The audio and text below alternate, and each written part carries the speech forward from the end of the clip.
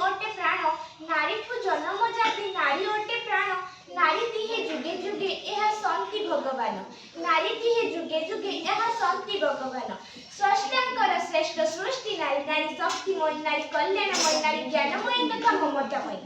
एक विंश शताब्दीर नारी केवल पुरुषर क्रीडानक नुहे केतेबेले दशभुजा दुर्गा तो केतेबेले शांत कांत कमनीय विद्या प्रदायिनी मां सरस्वती से सृष्टिकारिणी से विनाशकारिणी तेणु तो आम पुराण इतिहास केउठी कुहा जाय मातृदेव भव तो केउठी कुहा जाय यत्र नार्यस्तु पूज्यते रमते तत्र देवता अर्थात जेउठारे ज्ञानमय कल्याण ममतामय शक्तिमय ओ विश्वरूपा नारी को पूजा करा जाय सेठारे देवता माने वास करନ୍ତି शुभ मध्याह्न एठी उपस्थित थिबा मोर गुरुजी वृंद को मोर प्रणाम आजिर भाषणर विषय वस्तु होछि नारी शिक्षा सामाजिक विकास ओ गोटिए मुद्रार दुई पार्श्व कि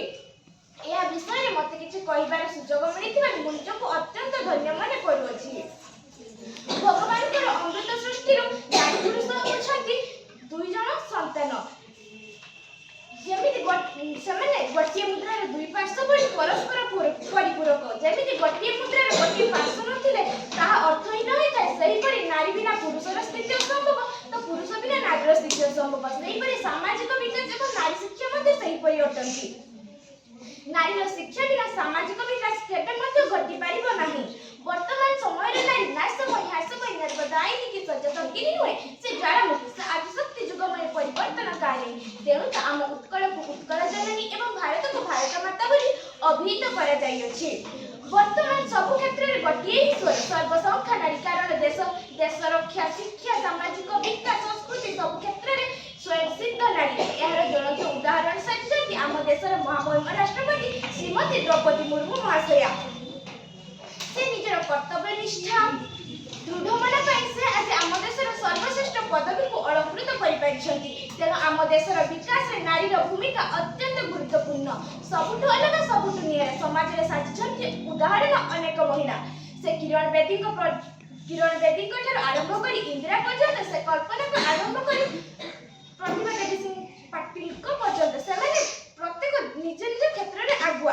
एवं एपरि जणे छिय जे कि आम ओडिसा रे नाकु जातीय स्तर रे गौरवान्वित करिछथि साइना सोनालिका नाम ही यथेष्ट आ जातीय स्तर रे थिबा केतेक बछा बछा टॉप चेस खिलाड़ी मानक मध्यरु से हेउछथि अन्यतम तेणु तांकु नै आम ओडिसा आज गर्व करूछि एवं अभिनय क्षेत्र रे मध्य नारी माने पुरुष मानक ठारु कौनसी गुण रे कम नुहंती जातीय स्तर रे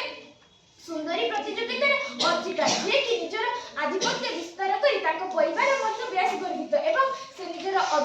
से अभिनय क्षेत्र रे निजर पारदर्शिता प्रदान करी से आज बहुत चर्चित अछंती एवं एथलेटिक्स रे आधिपत्य विस्तार करिथिबा द्रुति चाहब तांको पई मध्य आमे बहुत गर्व करूछे नारी शिक्षा क्षेत्र रे मध्य नारी माने पुरुष मानक ठारु कोनसी गुण रे कम नुहंती पूर्व जुग लोपामुद्रा घना इत्यादि समाने निज निजर पारदर्शिता प्रदान करी आमे ताको आज पर्यंत मने रखिछु से महामहिम राष्ट्रपति द्रौपदी मुर्मू ठार आरंभ करी अर्थनीति को संभाळुथिबा निर्मला सीतारमण पर्यंत समाने प्रत्येक